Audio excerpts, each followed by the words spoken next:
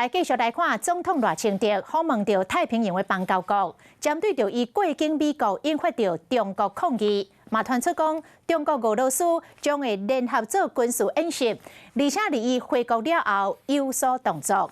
赖总统是来回应讲，更较侪军演、军舰、飞机，甲周边的国家来威胁压迫，拢无法度得到任何国家的尊敬。7天6暝出访，特别完美结束。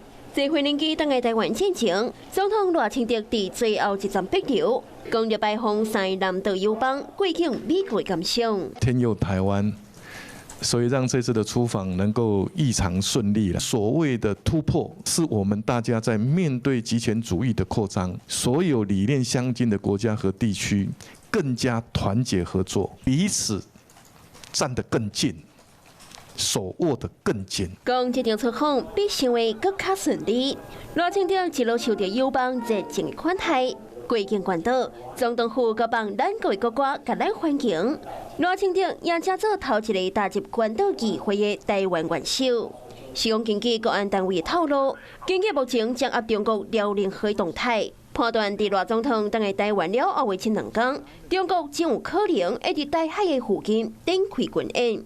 实际上，昨日24点钟内，台海附近都侦测到16架吹强机，其中有7架次驶过海峡中线，佮有15架中国船伫台海的附近活动，其中13架是解放军的军舰，2架是公务船，甲平常时保持56架船来比，加1倍较低。举起拳头，不如张开双手。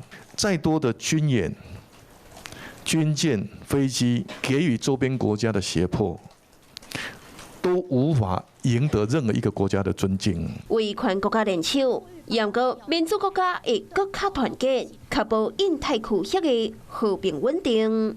Hello， 我是蒋欣梅。想要抢先掌握最及时的新闻资讯吗？赶快订阅、按赞、开启小铃铛，锁定华视新闻 YouTube 频道。